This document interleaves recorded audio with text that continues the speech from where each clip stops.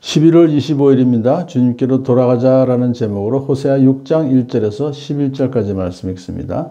이제 주님께로 돌아가자. 주님께서 우리를 찢으셨으나 다시 싸매어 주시고 우리에게 상처를 내셨으나 다시 아물게 하신다. 이틀 뒤에 우리를 다시 살려주시고 사흘 만에 우리를 다시 일으켜 세우실 것이니 우리가 주님 앞에서 살 것이다. 그러므로 우리가 주님을 알자. 애써 주님을 알자. 새벽마다 여명이 오듯이 주님께서도 그처럼 어김없이 오시고 해마다 쏟아지는 가을비처럼 오시고 땅을 적시는 봄비처럼 오신다. 에브라임아, 내가 너를 어떻게 하면 좋겠느냐? 유다야, 내가 너를 어떻게 하면 좋겠느냐? 나를 사랑하는 너의 마음은 아침 안개와 같고 덧없이 사라지는 이슬과 같구나. 그래서 내가 예언자들을 보내어 너희를 산산조각 나게 하였으며 나 입에서 나오는 모든 말로 너희를 죽였고 나의 심판이 너희 위에서 번개처럼 빛났다. 내가 바라는 것은 변함없는 사랑이지 제사가 아니다. 불살라 바치는 제사보다는 너희가 나 하나님을 알기를 더 바란다. 그런데 이 백성은 아담처럼 언약을 어기고 나를 배반하였다. 길르앗은 폭력배들의 성읍이다. 발자국마다 핏자국이 뚜렷하다. 강도떼가 숨어서 사람을 기다리듯 제사장 무리가 세겜으로 가는 길목에 숨었다가 사람들을 살해하니 참아 못할 죄를 지었다.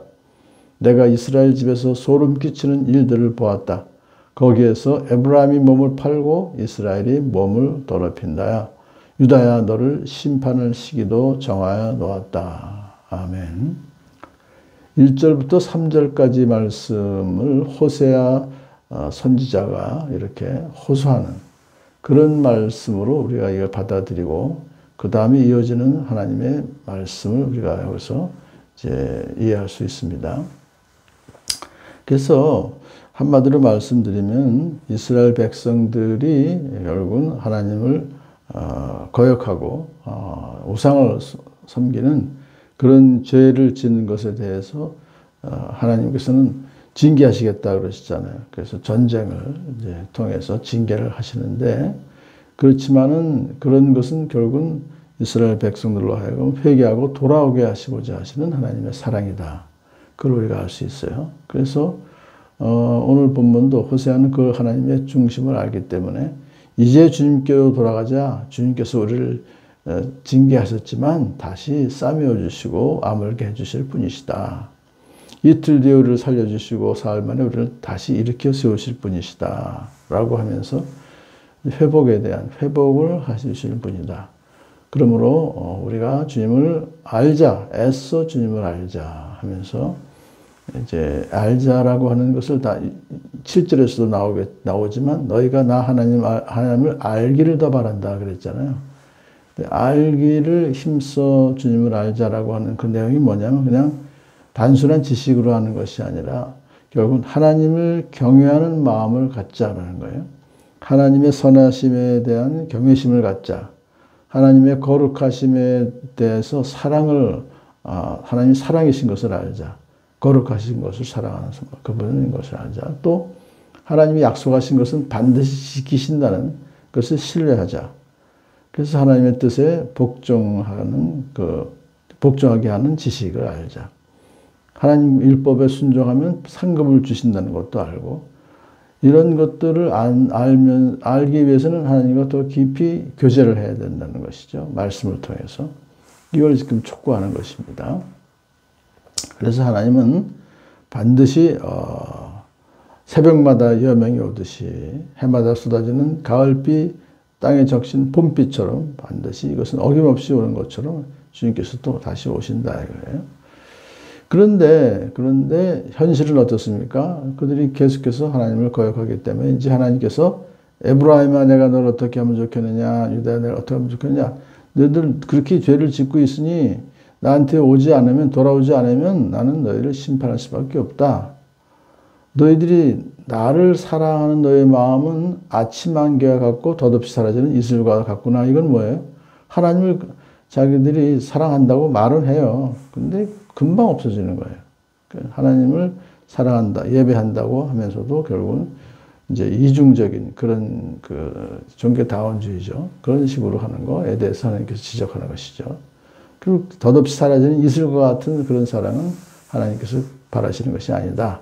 그래서 너희들이 그렇기 때문에 내가 너희에게 예언자를 보내서 심판하시고 나의 심판이 너희 위해서 번개처럼 빛났다. 심판 계속해서 하시거든요. 그러면서 하나님 속마음을 말씀하십니다. 내가 바라는 것은 변함없는 사랑이지 그렇게 순간적인 일시적인 사랑이 아니고 제사가 아니다. 마음도 없는 그런 제사가 아니다. 불살라 바치는 제사, 화제, 번제 뭐 이런 거 다 포함하죠. 그런 제사 하는 것보다 너희가 나 하나님을 알기를 더 바란다 그랬어요. 이게 하나님의 속마음이세요. 너희들이 더 깊이 나를 좀 알길 바란다. 저희들이 성경을 읽는 이유가요. 하나님이 어떤 분이신가를 더 깊이 알아가는 과정이거든요.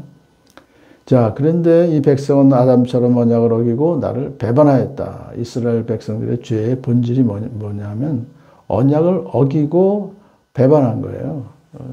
아브라함 언약부터 쭉 순종할 때 언약을 체결했으니까 신에서 언약도 다 같이 동의했으니까 언약이 성립된 건데 그걸 지키지 않는단 말이죠.